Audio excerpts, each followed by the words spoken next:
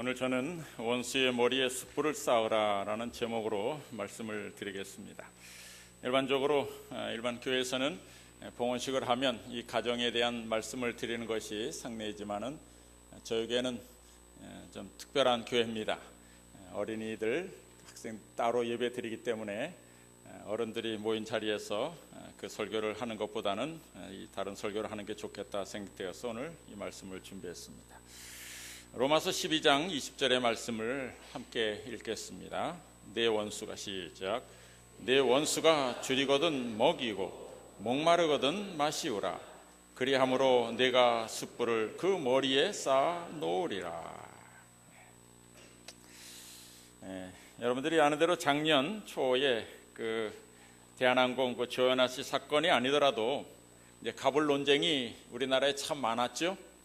요즘 많이 쓰는 단어가 갑질, 또 뭐 금수저 이런 이야기가 끊임없이 나오고 있습니다. 정말 요즘 세상은 아주 갑이 판치는 세상입니다. 누가 갑입니까? 연봉이 높은 사람이 갑입니다. 지위가 높은 사람이 갑이고 인기 좋은 사람, 또 잘생긴 사람, 그런 사람이 갑인 세상입니다. 그래서 이 사람들은 갑을 선망하고 좋아합니다. 단지 갑질을 싫어할 뿐입니다. 사람들은 이 갑질하는 사람들을 욕하면서도 때때로 자신이 또 갑질을 합니다. 여러분, 이 갑질이란 말은 아시죠? 이 질이란 말, 이 갑질 이런 말은 갑의 행동이란 뜻입니다. 그 좋은 행동을 말할 때 쓰지 않고 난폭한 행동 같은 것, 아주 싫은 행동, 그런 것을 말할 때 저희들이 질이라는 말을 붙입니다.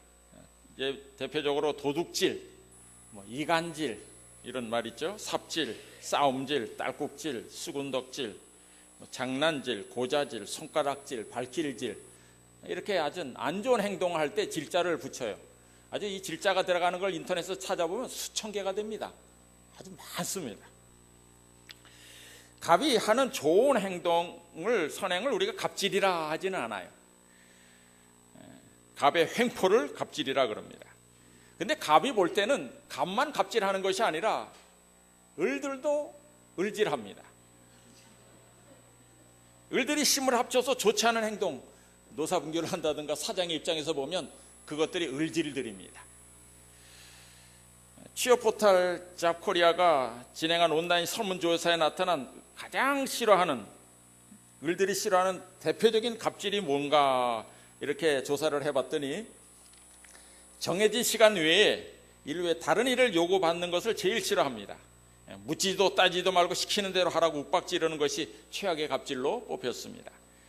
두 번째, 이 상사의 반말, 욕설, 무시하는 말, 이런 것들을 두 번째 갑질로 뽑았고, 세 번째로 큰 회사가 이 중소기업 사장들에게 늦게 결제해 주는 것 등 이런 것을 최고의 갑질로 뽑았죠. 어떤 사원은 사장 집안의 벌초까지 대신 가야 했던 일, 이건 아주 황당한 갑질이라 그러면서 어떻게 부모 묘지를 부하에게 시키냐고 그런 글도 실은 것을 보았습니다. 그렇다면 사람들은, 아니 우리는 이 갑의 행동을 하고 있지는 않나요? 생각해보면 이 세상에서 갑을 해보지 않은 사람이 어디 있을까 생각됩니다. 동물의 생애는 당연히 이런 갑질하는 행동이, 갑질의 행동이 판을 치는 세상이죠. 예를 들면 사자들의 그 사회를 보면 이 수사자는 가만히 있습니다. 누가 잡아오죠? 암사자들이 잡아옵니다. 짐승을 잡아오면 그걸 누가 먼저 먹어요? 수사자가 먹습니다. 그 다음에 암사자들이 먹어요. 자기가 먹기도 전에 다른 사자가 먹으면 어떻게 합니까? 물어 죽이려고 그래요. 이처럼 동물의 사회에서는 거의가 갑질이 당연한 사회입니다. 그러나 인간은 인간이기에 갑의 행동을 부도덕한 것으로 치부하고 있는 것입니다. 하지만 음으로 양으로 갑질 자체를 해보지 않은 사람은 아마도 없을 것입니다. 일반적으로 여러분 가정에서도 갑질이 있습니까? 누가 갑질입니까? 오늘 보니까 부인도 갑질한다 그러네. 부모가 갑질을 할 때가 있어요. 대부분은 이제 부모가 자식을 사랑으로 감싸지만은 경우에 따라서는 이 부모랑 갑의 지위를 이용해서 이 자식이 을이죠. 을의 의사를 묵살해 버리는 일이 종종 일어납니다. 우리 삶 중에서 제일 안타까운 갑질은 무엇입니까? 시어머니의 갑질입니다. 물론 요즘은 많이 반대가 되었다고 합니다만은 아무것도 아닌 것 같은데 그 갑질은 대물림합니다. 자기도 며느리 시절 당했으면서 시어머니가 되면 또 시어머니 갑질을 합니다. 그런데 이 갑질의 말로가 참 비참하게 되는 예가 많습니다. 어떤 분이 표현하기를 황혼이혼은 갑과 을이 바뀌는 것이다 그렇게 얘기했어요.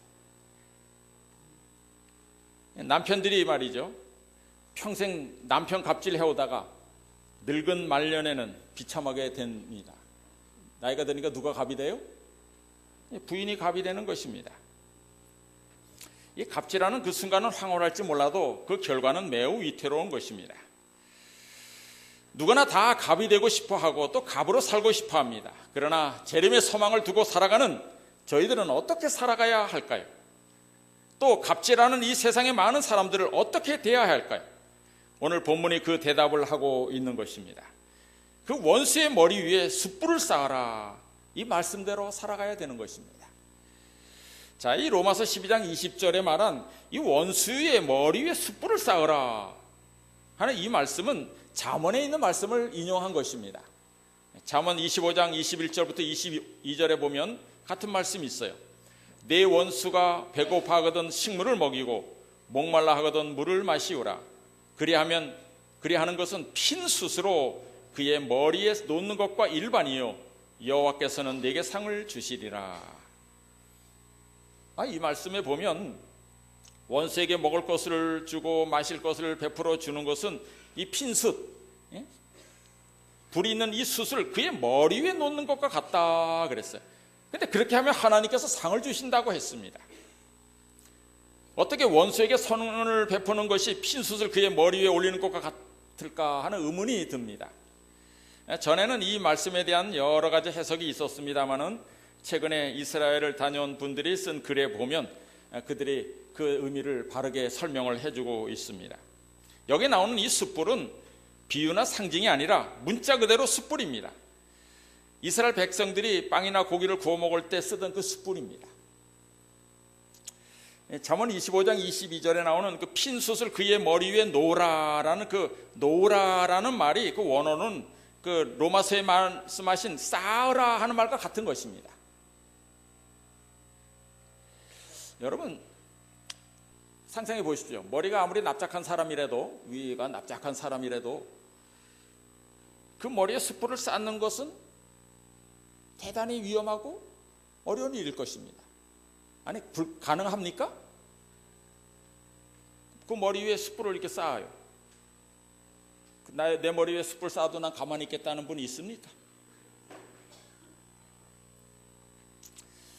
아무도 그럴 사람 없을 것입니다. 하나만 올려놔도 뜨겁다고 펄펄 뛸 텐데 무슨 재주로 그 위에 숯불을 쌓아놓을 수가 있겠습니까? 그렇다면 이 일은 무엇을 상징하는 것일까요? 아니 무엇을 나타내는 것일까요? 이 말씀을 보면 이 원수가 자기 머리 위에 뜨거운 숯불을 다 쌓아놓을 때까지 잠잠히 기다리는 것은 정말 그가 숯불이 필요해서 머리 위에 숯불을 담아갈 화로를 이고 왔을 때 가능한 것입니다.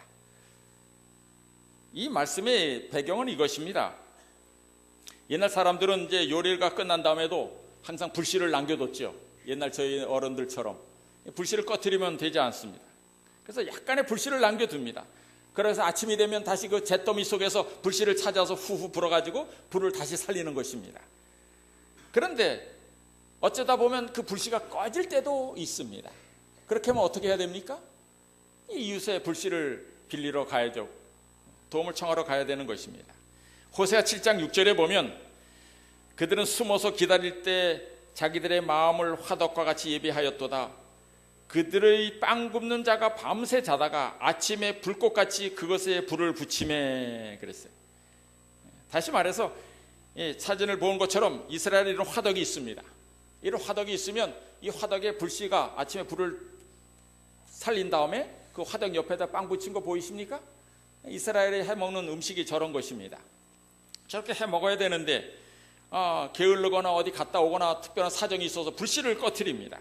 그럼 이제 다른 집에 가서 불을 좀 나눠달라고 해야 됩니다. 그런데 어떤 한 가정이 이 불씨를 꺼트렸어요. 근데 다 다른 집에 갔는데 우리가 지금 없다고 하는 것입니다.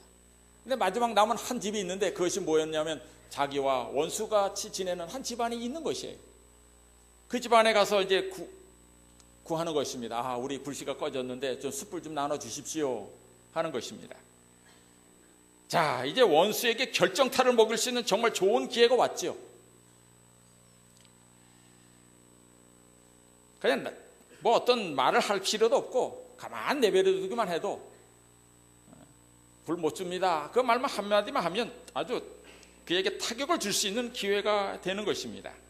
그런데 우리 하나님께서는 그런 상황에서 그를 매정하게 대하지 말고 원수가 머리에 이고 온 화로에 숯불을 쌓아주는 것이 원수에게 먹을 것 마실 것을 나눠주는 것과 같은 선행이 된다고 말씀하고 있는 것입니다. 이 바울 선생님도 원수를 사랑하라고 하신 바로 예수님의 말씀을 따라서 그에게 먹을 것과 마실 것을 주고 머리 위에 숯불을 쌓아주는 친절을 베풀어 선으로 악을 이기라고 하는 것입니다. 요한복음에 예수님께서 친히 본인께서 이렇게 하신 것을 보여주고 있습니다. 요한복음 18장 18절 보면 한번 같이 읽겠습니다. 요한복음 18장 18절. 그때가 시작. 그때가 추운 고로 종과 하속들이 숯불을 피우고 서서 쬐니 베드로도 함께 서서 쬐더라. 21장 9절. 육지에 올라보니 숯불이 있는데 그 위에 생선이 놓였고 떡도 있더라. 이 사도 요한은 의도적으로 숯불을 기록하고 있습니다. 이 숯불과 숯불 사이에 있는 베드로를 묘사하고 있는 것입니다. 앞에 읽은 숯불은 어떤 숯불입니까?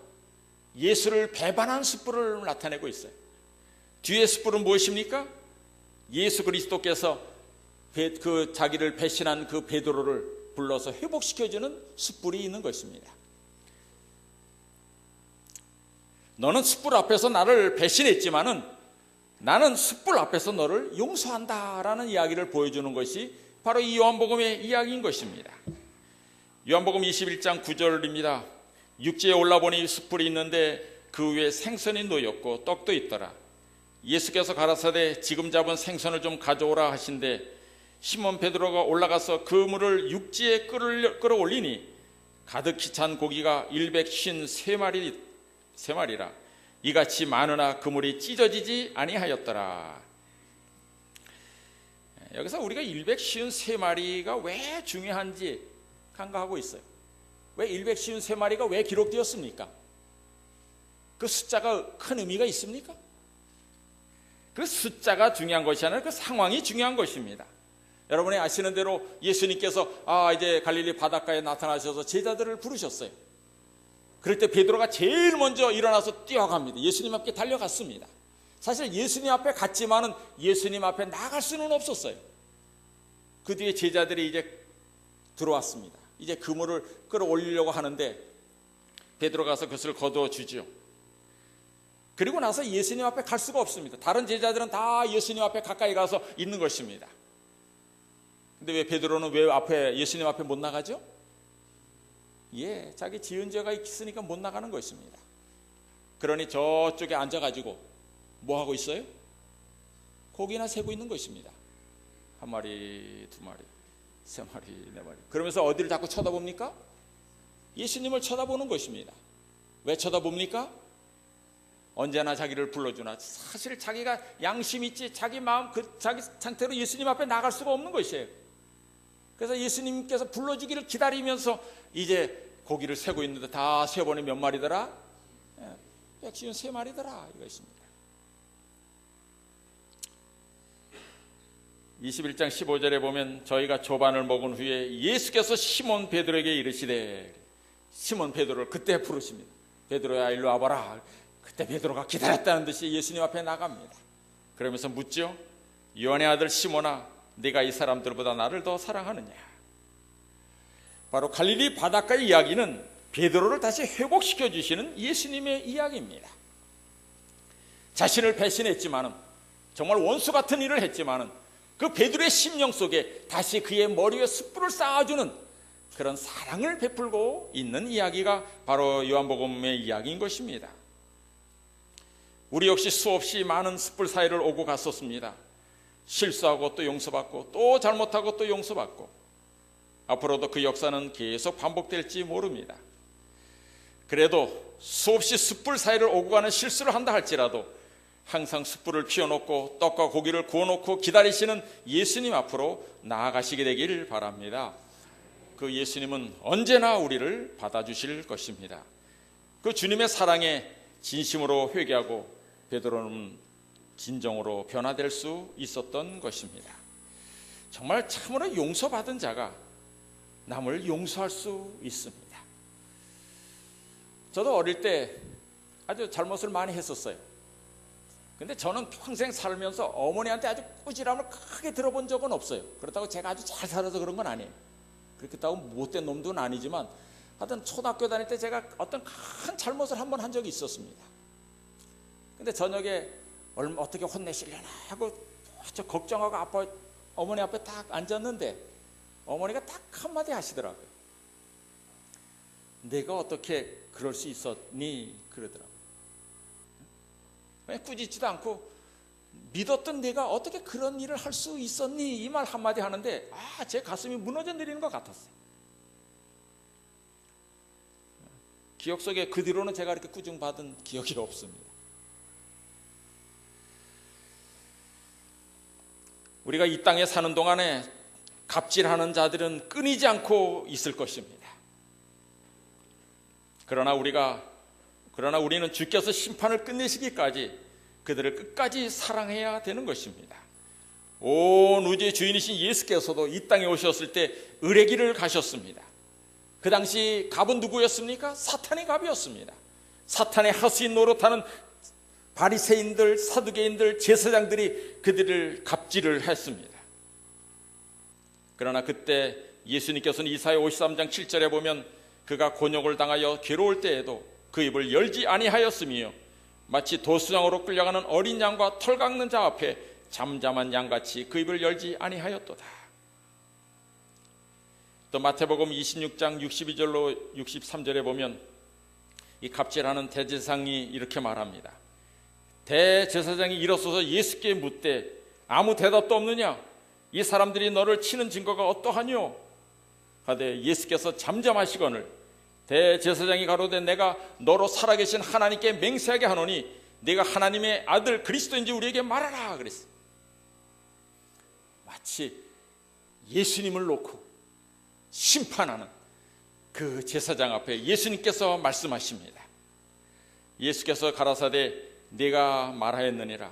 그러나 내가 너희에게 이르노니 이후에 인자가 권능의 우편에 앉은 것과 하늘 구름을 타고 오는 것을 너희가 보리라 하시니라.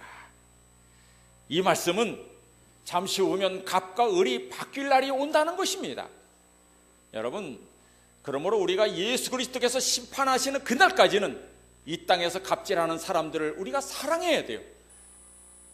그들의 머리 위에 숯불을 쌓는 그런 사랑을 보여줘야 하는 것입니다.